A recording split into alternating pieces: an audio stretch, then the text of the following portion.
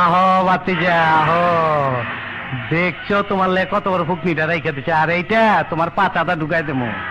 আরে মান্দা তো ফুকনি না। ওই পোকা চোদা কয় কি, ওই দেখ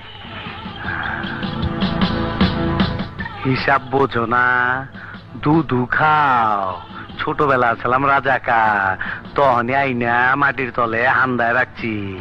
এখন সামনে বিপদ, তাই যন্ত্রটারে গিরিজ মাইরা চকচকা করছি। তোর এমরাটা দিমু, তোর গোষ্ঠী সুদ্ধা পার কইরা দিমু। তোর মাথা কি ডান্ডি ফাটাস হয়ে গেছে নাকি? আন্ডার অ্যারেস্ট মানি? অবৈধ অস্ত্র, ড্রাগস আর গোলা বারুদ আমদানির অপরাধে পুলিশ তোমাকে গ্রেফতার করছে।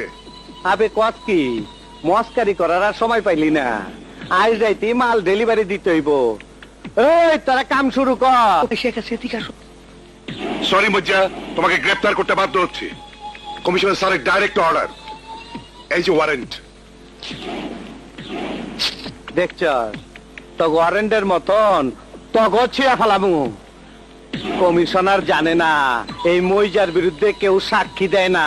তোমার বিরুদ্ধে সাক্ষী পাওয়া গেছে। কেঠা? তোমার পার্টনার আয়ুব চৌধুরী। আয়ব 7-8 মাটির নিচে গেল, তুই আমার কাছে বাঁচবার পারবি না।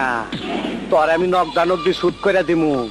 আমারে যাইতে দে, আমি হালার জানা যা। ওই ফকুনির বাচ্চারা আমার জুতা ছিঁড়ছে কেটা, পরে আমি দেখবার আইছি। আমি তোর জুতা ছিঁড়েছি? আরে তোর তো কপাল ভালো, তুই আসিস নি, তাহলে জুতার মতো তোকেও ছিঁড়ে ফেলতাম। দেখ, আমাকে ভালো করে দেখ।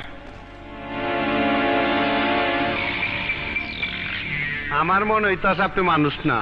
অবশ্যই মানুষ, আল্লাহর সৃষ্টির শ্রেষ্ঠ জীব, নাম আমার বাদশাহ। আমার হোগা মারা শেষ। আপনার নাম যদি হয় বাদশাহ, তাহলে আমার নাম কি হওয়া উচিত? আপনাগা মতন ফকুনের পোলার নাম বাদশাহ বলেই তো দেশের আজ এই অবস্থা। এই দুনিয়াতে কবে আইছেন? ধরে নে, তুই যেদিন এসেছিস আমিও সেদিন এসেছি। এই এতদিন বাইচে আছে কেমনে? আমার মনে হয় অসুস্থ।